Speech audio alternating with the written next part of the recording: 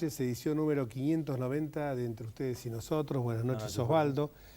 El sábado pasado cerraron las listas para las PASO, las primarias abiertas, simultáneas y obligatorias, que fue un invento realmente del kirchnerismo. Yo me acuerdo que las internas de los partidos, en aquella época yo militaba en el radicalismo, eran internas que las hacía cada partido de acuerdo con el padrón de sus afiliados, como corresponde, y las hacía en el caso que no se pudiera llegar a un acuerdo en una lista de consenso, una lista única. Entonces se producía una puja electoral interna que era muy saludable. Estas PASO tienen unas características, que aquel partido, agrupación política, alianza, no quiere, no realiza elecciones internas porque se han puesto de acuerdo con los candidatos, tiene que ir igual a las PASO. ¿Por qué? Por la sencilla razón que son primarias abiertas, simultáneas y obligatorias.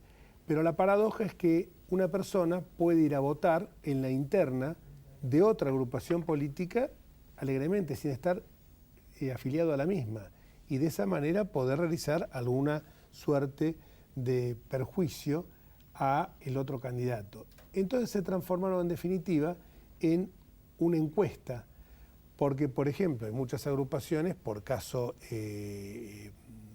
Vamos Juntos, que en la Ciudad de Buenos Aires es Cambiemos, que se puso de acuerdo en una lista de diputados nacionales y de legisladores locales. Tiene que ir igual a que someterse al escrutinio de la gente, con el único propósito que si no llega a un piso electoral del 1,5% de los votos, quede excluido en la contienda de las elecciones nacionales en octubre próximo, octubre. La que impulsó las PASO fue justamente Cristina Fernández, durante su gestión. Sí, en 2009. En 2009. Sí.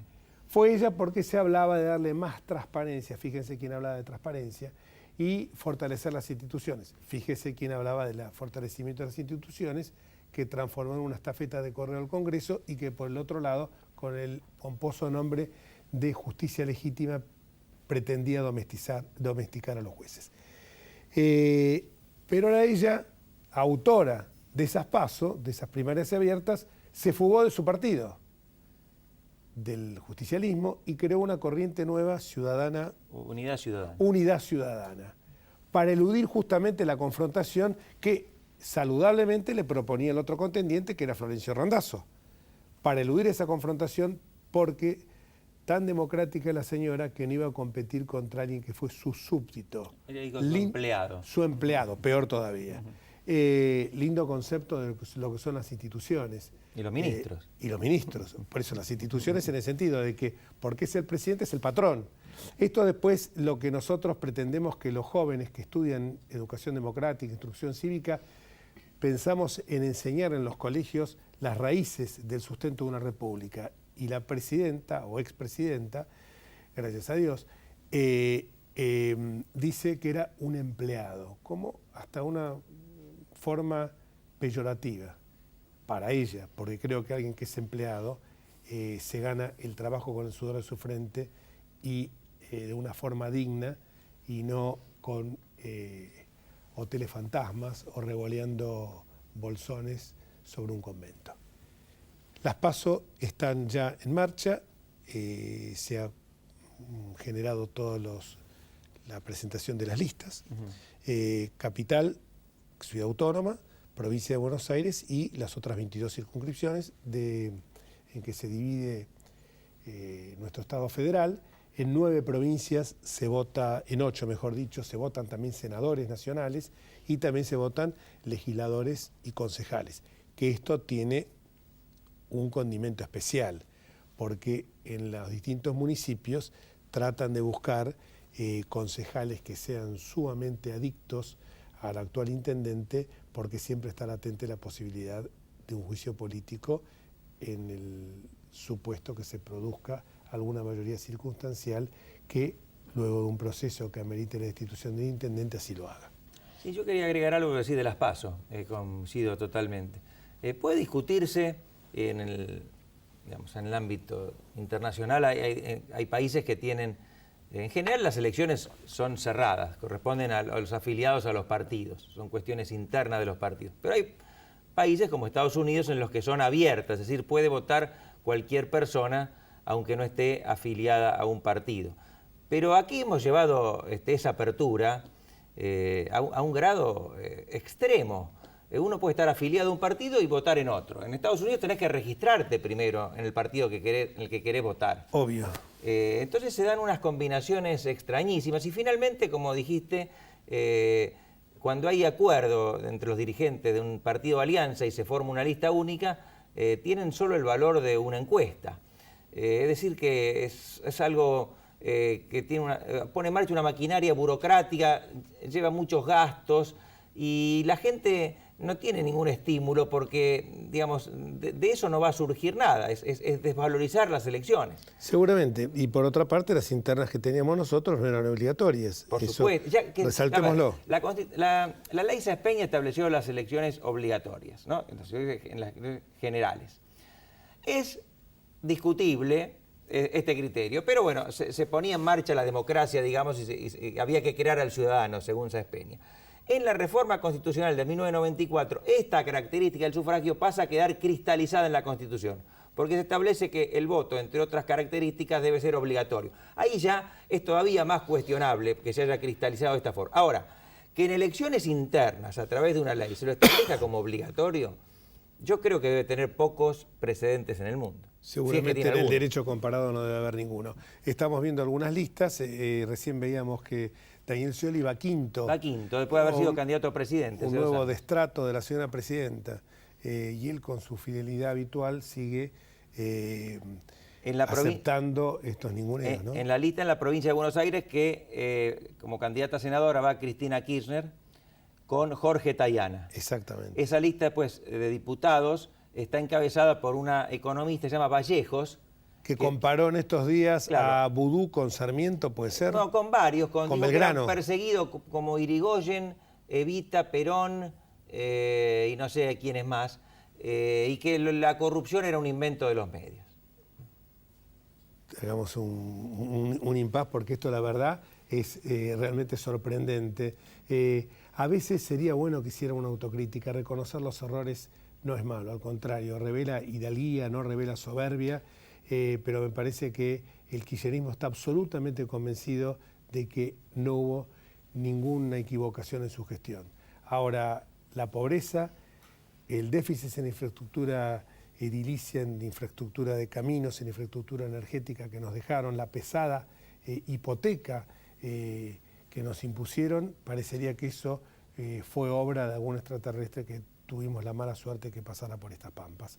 Pero en lugar de, a mí a veces, yo hoy lo hablaba con Juan Pablo Révora, nuestro querido productor, que le decía a veces es bueno que en lugar de estar escarbando y hurgando tanto y volviendo para atrás, miremos hacia adelante. Y siempre hablamos que los grandes temas convocantes son la salud y la educación. Y hoy tenemos, gracias por venir Jorge Neira, el doctor Jorge Neira, que es el presidente de la Fundación Trauma, pero que es miembro de la Academia Nacional de Medicina. Y yo realmente lo recuerdo con muchísimo cariño, con muchísimo afecto, porque en algún momento compartimos alguna gestión en el gobierno de la ciudad, y él fue el que fue uno de los impulsores de lo que anteriormente se llamaba el CIPEC y que luego pasó a llamarse el SAME. Usted el SAME hoy lo verá mucho, los televidentes, que tiene una fuerte intervención cada vez que hay algún accidente, algún tipo de siniestro, y sobre todo por quien le ha dado, que ha sido un continuador de la tarea de Jorge Neira, que es el doctor Alberto Crescenti, que realiza realmente, uno lo ve siempre vestido con parecería su uniforme de combate, lo ve permanentemente al pie del cañón, y la verdad que a uno lo complace ver esto, porque sobre todo que además Alberto Crescenti tiene la particularidad que atiende inmediatamente el celular cuando uno lo llama, obviamente cuando uno ve alguna emergencia en la ciudad, que se ha pasado por alto a él, lo cual es muy difícil. Y la primera pregunta es, ¿cómo nació esto del CIPEC, el SAME? Bueno, es interesante porque CIPEC significaba Centro de Intercomunicación Permanente para Emergencias y Catástrofes. Y esto fue por allá por el año 64, donde una persona que era suboficial de del ejército, del área de comunicaciones, dijo que la mejor forma de generar una red era de comunicaciones. Entonces se armó esta central de comunicaciones que tenía las ambulancias distribuidas en distintos hospitales y que se llamaba CIPEC por eso, ¿no? En realidad el inconveniente que tenía esa actividad era que las estructuras que formaban parte, una pertenecía a Salud, que era la Dirección de Emergencia, otro pertenecía a Comunicaciones, que eran las comunicaciones del radio, y otros pertenecían a Transporte, que eran las ambulancias, con lo cual era una cosa muy compleja el manejo porque era muy parcial. Entonces uno dependía de que Transporte para una cosa del presupuesto, de que Comunicaciones, que los médicos a su vez tienen una doble dependencia entre el hospital y el CIPEC. Así que eso generaba una situación irregular. No irregular, sino difícil de manejar. Por eso es que en el año 90 en realidad, fue que decidimos y propusimos justamente generar una dirección general adjunta que se llamara SAME, Sistema de Atención Médica de Emergencia, para diferenciarla de SAMU, que era muy conocido en esa época en Francia, entonces era como darle una identidad propia. Y así creció el SAME. El SAME sale como una dirección general adjunta, después pasó a ser dirección general, como es ahora, ¿no? Miembro de la Academia Nacional de Medicina, uno cuando ve este nombre se impacta. Casi diría como cuando uno ve el premio Nobel, ¿no? Ese edificio imponente que hay en la Avenida Las Heras. En la Avenida, exactamente. ¿Y cuál es la labor que lleva adelante la Academia? Bueno, muy interesante. Nosotros somos 35 académicos de números, miembros de número. Cada uno de nosotros tiene un sitial, por eso es que es un miembro de número. Como pasa en otras academias, por ejemplo, en la Academia de España el sitial es la letra del abecedario. ¿Ah, sí? Claro. No es un nombre de un... No, es la letra del abecedario. Entonces, acá que es algún médico... Claro, sí, acá es una persona destacada. Justamente mi sitial se llama Alejandro Raimondi y es increíble porque Alejandro Raimondi era un monólogo y cuando yo tuve que presentar, cuando uno recibe, digamos, la designación, tiene que hacer un discurso y de alguna manera referirse a los anteriores. Y tenía bastantes cosas en común la actividad social que tenía Alejandro Raimondi en cuanto a la tuberculosis, en cuanto a conseguir lugares de alojamiento para los hijos y las madres. Una cosa muy interesante porque no era solamente un tema médico, sino el impacto social, digamos, de esa enfermedad y su manejo. Así que realmente fue un placer y para mí es un honor muy grande porque además yo conozco a sus nietos hoy, que también se llaman Alejandro Raimondi, ¿no? Alejandro Guillermo. Así que para mí es un placer muy importante porque, bueno, primero porque me vincula, digamos, con una persona a quien yo respeto, y segundo porque, bueno, la Academia tiene esta ventaja que es la posibilidad de convocar a distintas actividades. Nosotros hacemos muchos consensos, convocando a sociedades científicas. Como la Academia no tiene conflicto de interés, cada vez que nosotros convocamos, las sociedades vienen y podemos trabajar muy agradablemente y sobre todo con mucha participación de las sociedades. Así que es una actividad muy interesante. Y además, como yo decía, cuando yo entré a la Academia, todas las personas que estaban formando parte de esa mesa en el primer plenario eran importantes cuando yo era residente, ¿no? Y es un placer muy especial porque, bueno, es juntarse con la parte de la historia. Usted dirigió la carrera de especialización en medicina crítica en la UCA. Sí. ¿Qué es la medicina crítica? Me imagino, bueno, el motivo pero es una terminología que supongo que no es antigua. Es una buena pregunta. El motivo de mi ingreso a la Academia fue por dos actividades que yo desarrollo. Una es la medicina crítica y otra es el trauma, ¿no? Y eso fue justamente una de las cosas que decidió mi incorporación. La medicina crítica es la medicina de cuidados intensivos, que en realidad antes se llamaba terapia intensiva. Ahora se llama medicina crítica. Claro, nosotros insistimos más en el tema de cuidados intensivos porque más es lo que hay que cuidar al paciente de la terapéutica específica. Y además el cuidado tiene que ver con el grupo de trabajo, que no es solamente el profesional médico, sino la enfermera, los kinesiólogos, las secretarias, todo el grupo de trabajo que se arma en una unidad de cuidados intensivos. La unidad de cuidados intensivos, la que yo manejé hasta hace poco y ahora soy consultor, es una unidad de 40 camas. Para que tengan una idea, nosotros internamos 2.200 pacientes por año, es una cantidad importante. ¿En dónde? En Trinidad, Trinidad Palermo. Y una cosa interesante es que siempre la gente tiene la percepción de que es la antesala de la muerte, y no es así. Nuestra mortalidad es más baja del 15%, digamos, y además eso tiene que ver con los grupos etarios.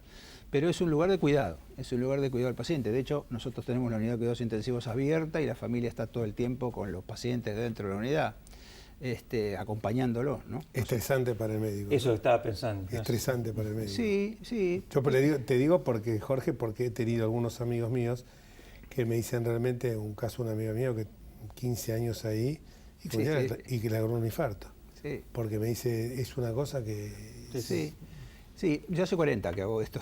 Sí, ¿viste? Y venís bien. Sí. ¿Se llega a tener el cuero lo suficientemente duro alguna vez? No, a mí me parece que no pasa tanto por el cuero duro, sino por el tema de entender la participación del paciente y la familia en la actividad, ¿no? Claro. Cuando uno tiene un equipo de trabajo, yo digo, el estrés que se produce en las profesiones tiene más que ver con el ámbito de trabajo que con la profesión en sí mismo.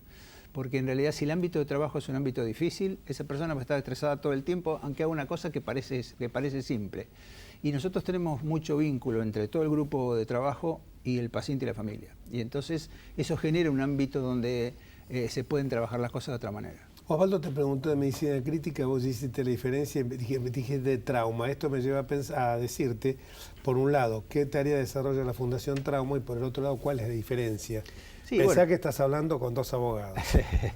No, en realidad la primera cosa que uno... Antes hablamos con Osvaldo el tema de la definición del qué es el trauma, ¿no? Cuando uno habla de trauma, generalmente la gente piensa en el trauma psíquico o en la traumatología. Y esto es una cosa mayor porque el trauma, primero es una enfermedad, y después le voy a decir por qué, pero es una enfermedad que se debe a la exposición del organismo a una fuente de energía, ya sea cualquier tipo de fuente de energía. Puede ser mecánica, por ejemplo, un choque es una energía mecánica, una bala es una energía mecánica. Puede ser térmica cuando hay una quemadura, puede ser eléctrica, digamos en la electrocución o cuando le cae un rayo a uno, puede ser química, cualquier sustancia química, o puede ser radiante, por ejemplo la radiación ionizante. Tomemos el caso de Hiroshima como el ejemplo más paradigmático de lo que es la radiación ionizante. O cuando faltan dos elementos esenciales para la vida como son el calor y el oxígeno. Entonces cualquier forma de hipotermia, de disminución de la temperatura, ya sea ambiental, o general o local, como por ejemplo un pie de trinchera, es un trauma, y cualquier falta de oxígeno, como la inhalación de humo, como en algunos casos que hemos visto, por ejemplo el caso Cromañón, que es el típico caso de un trauma por inhalación de humo. Esa es la definición. Ahora, tomado así, ese daño puede ser intencional o no intencional. Intencional, que ustedes lo saben perfectamente, es cuando hay intención de causar el daño, y no intencional es cuando no hay, pero pasan cosas igual. Lo intencional es todo lo que tiene que ver con violencia. Entonces, la violencia de todo tipo es un trauma intencional, porque hay una intención de causar un daño. Y lo intencional... El trauma también puede ser el trauma psicológico. Sí, pero por eso, digamos, en el caso del trauma, de la enfermedad trauma, el daño psicológico forma parte de la manifestación clínica. Digamos, no es una cosa diferente, sino la manifestación clínica cuando uno sufre un trauma, porque evidentemente cualquier persona que sufre un trauma tiene problemas él, tiene problemas su familia, tiene problemas su entorno. Así que en ese sentido, digamos, el trauma es una enfermedad pandémica, porque en todo el mundo hay trauma. En el mundo se mueren 5 millones de personas todos los años por algún tipo de trauma.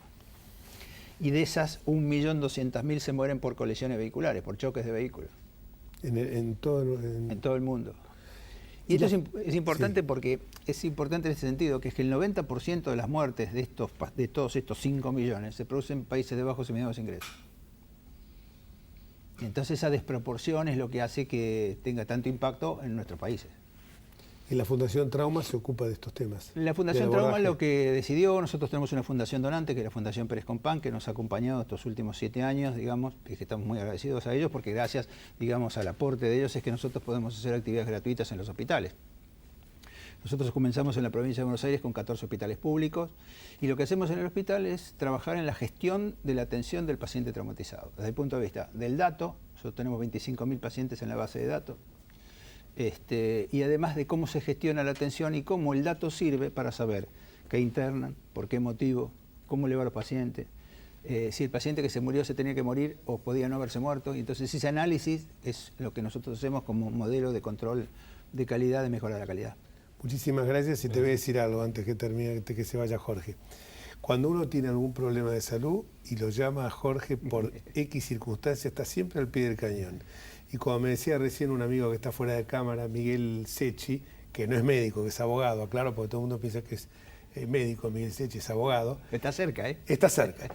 Que me dice, si tenés un dolorcito acá o en algún lado del cuerpo, Jorge te lo resuelve en el momento y te diagnostica porque tiene un ojo clínico excelente. No digo esto porque a veces cuando uno ve títulos pomposos, como puede ser presidente de la Fundación Trauma, dice, este está en el Olimpo de los médicos y este está en la trinchera de los médicos. Así es, tal cual. Muchísimas gracias, Jorge. Muchas gracias a ustedes por la invitación. Gracias. No faltaba más. Vamos a una pausa. Cuando volvamos, seguimos hablando de la realidad política nacional.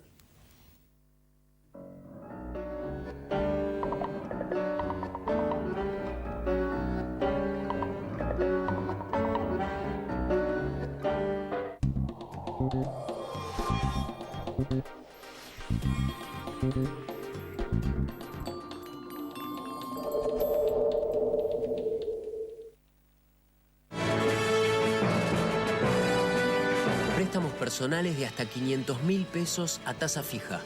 Cumplí tus sueños con Banco Provincia. Escribanos en tu ciudad. Nuestro consejo es prevenir problemas. Colegio de Escribanos de la Ciudad de Buenos Aires. Consejo Federal del Notariado Argentino.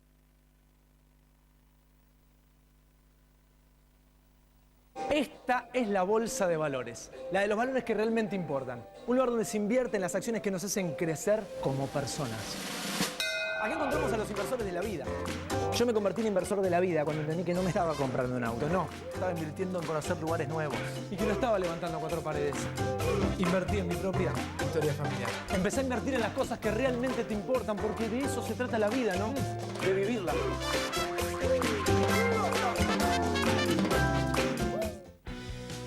El Colegio Profesional Inmobiliario auspicia este programa.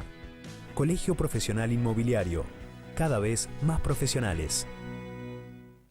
Andar, obra social de viajantes vendedores de la República Argentina. La mejor cobertura familiar al mejor precio. Planes de salud para particulares, trabajadores en relación de dependencia y monotributistas. 0810-345-0184. Andar, www.andar.org.ar.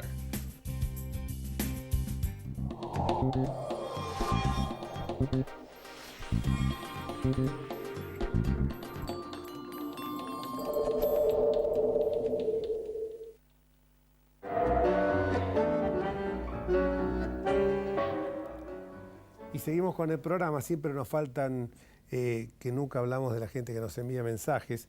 Tenemos algunos mensajes. Mabel de Munro felicita por el programa, muy bueno y constructivo, y pide que los jueces se pongan las pilas porque tienen que ir todos los presos. Eso es un tema de la justicia. Ana de San Isidro también dice que la justicia actúe con mayor celeridad y que estos casos no queden impunes.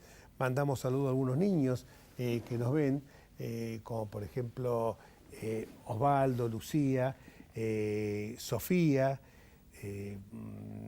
bueno, un montón que ven, Félix, Juanita, Elena, y vos tenías otros dos más. Nicolás y Agustina. Son niños que nos ven habitualmente, eso porque tenemos que insistir en que nuestro componente etario es generoso, no está segmentado en un sector de la población. Volvió una noche, no la esperaba, el regreso de Cristina. Sí, ¿O la esperábamos? Sí, nosotros no la esperamos, pero ella vuelve. En un acto en el estadio de Arsenal, que fue bastante comentado, con una estética distinta, con una puesta en escena distinta, ella parada en el medio del estadio, con el público alrededor, sin la presencia de dirigentes peronistas atrás, como era habitual, y con un tono mesurado para lo que estábamos acostumbrados de ella. Sí que ha sido cuidadosamente planificada, y algunos dicen que se copió de los actos del PRO. En realidad son actos que en este momento en el mundo hace años que se realizan con ese formato. No dijo sustancialmente nada distinto de lo que le conocemos, pero intentó ser menos agresiva. Veremos cuánto le dura, porque no basta con el marketing para cambiar la percepción que la gente tiene muy consolidada de alguien que hace política hace tantos años y que ha sido nada menos que 2 veces presidente. Y lo que yo digo es que si hubo alguna suerte de imitación de lo que hace Cambiemos, la verdad que fue bastante fallida, porque en el caso de ella se vio que no era absolutamente natural, que estaba impostándolo. Distinto es el caso del presidente Mauricio Macri, que lo pueden ayudar sus asesores de comunicación, pero él, y lo hemos visto en reiteradas oportunidades, no ha cambiado su forma de ser, no imposta, no tiene necesidad. Esto no lo digo yo por ser halagador con el presidente, pero realmente no tiene esa necesidad de estar poniéndose un personaje que en el caso de Cristina le queda incómodo y que no tiene esa necesidad porque le sale naturalmente. En el caso de Cristina, esta no es la Cristina auténtica, la Cristina auténtica es la de la diatriba, la del atril devastador. Y la que hace las listas a dedo. Y la que hace las listas a dedo. Poniendo a esta Vallejo, por ejemplo. No, a esta Fernanda Vallejos, y también que expulsa a los Kunker, a los Delía, a los Conti, Que eso no habla muy bien porque evidentemente esta fue la gente de Tulio, que le fueron leales. Que le fueron leales. Evidentemente se ha comportado con quienes Claro, son porque ella quiere leales. aparecer ahora como algo nuevo. Ahora, es una empresa casi imposible. Primero por su edad, por su larga trayectoria en la política, por los cargos que ha ocupado. Si alguien conocemos perfectamente es a Cristina Kirchner, mal que nos pese. De manera que transformarla en algo totalmente novedoso, yo creo que está destinado al fracaso. Yo lo que digo es que también le ha venido muy bien esto al peronismo porque se descristiniza, porque al participar ella por esta otra agrupación, se ha ido del peronismo porque en la Carta Orgánica del Partido Justicialista de la provincia de Buenos Aires nunca se hablé porque es ella NIC, que si bien nació en La Plata, se considera casi una NIC santacruceña, se presenta como candidata a senadora por la provincia de Buenos Aires. Eso será motivo de otra charla. Pero realmente ella, el peronismo lo que busca es descristinizarse de ella, y justamente esa Carta Orgánica del Partido Justicialista le da la posibilidad de expulsarla, porque todo aquel que compite en una elección contra el Partido Justicialista es acreedor de esa... Sí, igual no creo No que se le importe aplica. mucho. No. Por la cultura peronista, digamos, desde su fundador, el partido parece una mera herramienta electoral. No vale más que eso, una concepción movimentista, que no quiero describir demasiado para no cargar las tintas, pero desprecia, digamos, el partido como un mero instrumento electoral del que se puede entrar y salir cuando uno quiera. Yo creo que los partidos están en crisis, eso es cierto, duda. pero nada los ha reemplazado en el control de la política ni tampoco en el fortalecimiento de las instituciones. En consecuencia, lo que hay justamente es vigorizar los partidos. Una cosa es decir, efectivamente los partidos están en crisis. Otra cosa es desearlo, es señalarlo como algo bueno. No, es malo. Y si no hay partidos más o menos sólidos, lo que hay son puros personalismos, que ha sido el gran cáncer de la historia argentina. Evidentemente, bueno, el peronismo va a ir con 3 listas, eso no lo podemos negar, porque va a haber una lista de Randazzo, otra lista de Cristina, otra lista de Massa, y seguramente habrá colectoras, y hay por ahí